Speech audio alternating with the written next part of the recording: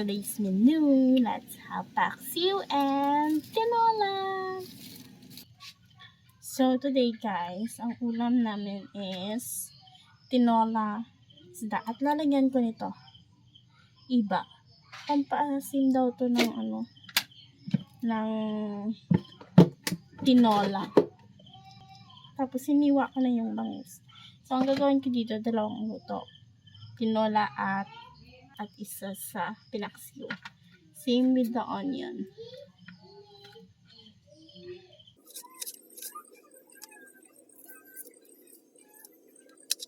Nakaluto ako ngayon kasi si Sam nandun sa kabilang bahay.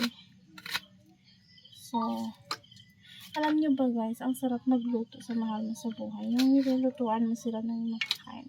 Kaya, pag gusto mo mag-asawa, make sure marunong ka magluto. Pag hindi ka din marunong magluto, aralin mo, syempre.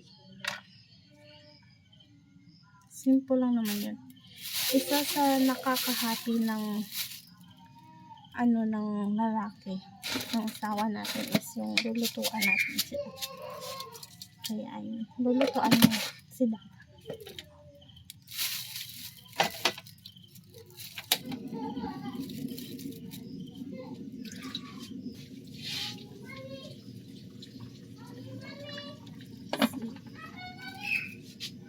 Tapos, lalagay ko ito dito.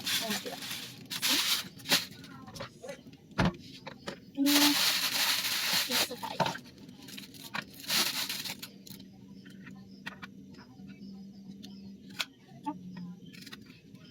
Pag sa paksiw, ganito lang siyang kihal. Dalawa.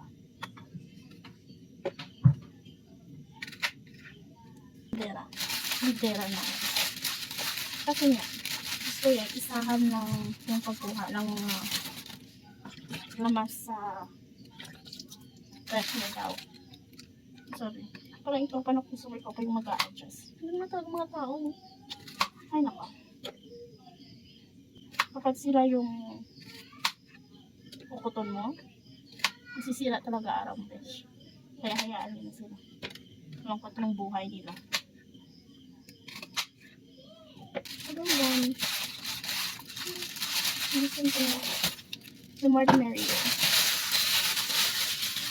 Hanggang ko ito basura.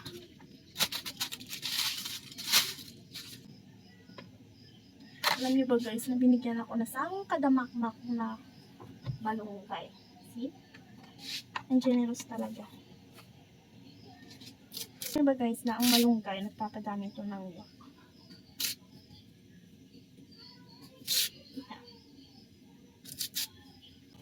So, hindi pwede na basa yung kamay mo kapag nag-ano ka ng buhay kasi tapos. Kaya,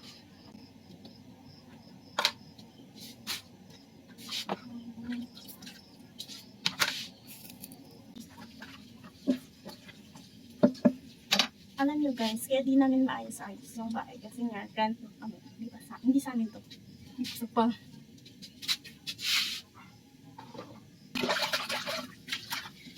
Guys, nahiya ako na kaya-renten ako. Diba, mas maganda meron kayong nabukod. Yung kayo lang, walang maingay, walang umuwan. Kasi isang mahal, dapat isa lang yung hype. So, ngayon rin na. Kaya, pinili talaga namin yung lahat na naman. Separate. Kasi iba yung peace of mind pag nakaseparate talaga.